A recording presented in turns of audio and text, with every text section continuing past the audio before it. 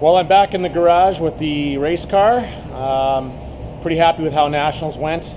There were some disappointments for sure. We had a tire go that just kept leaking, and we had a clutch that was going soft after a couple of runs. They only did it on day one for some reason. I don't know.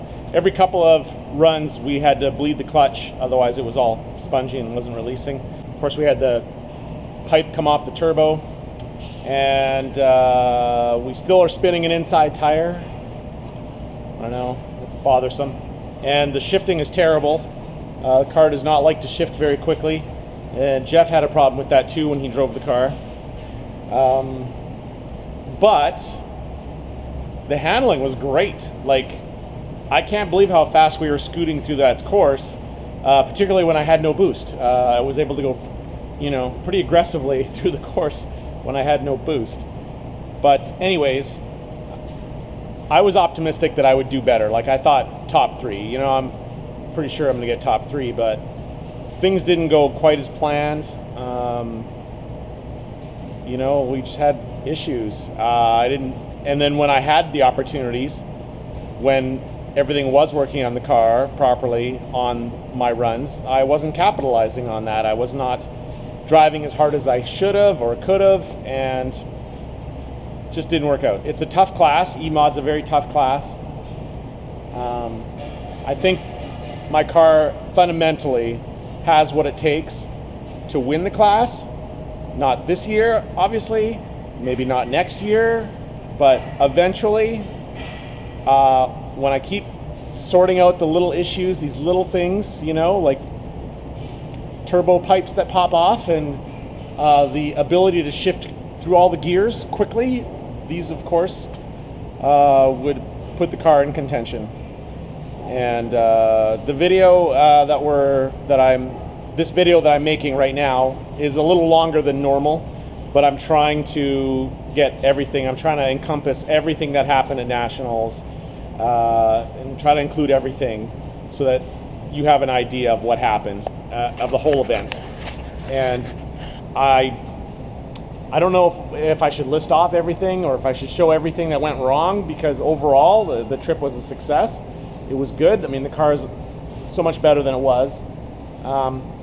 But anyways, I'll include some of the stuff that went wrong, and hopefully the takeaway from it is that actually it was pretty good. It was a good time. The courses were amazing. So anyways, so that's it for now, and enjoy the rest of the video.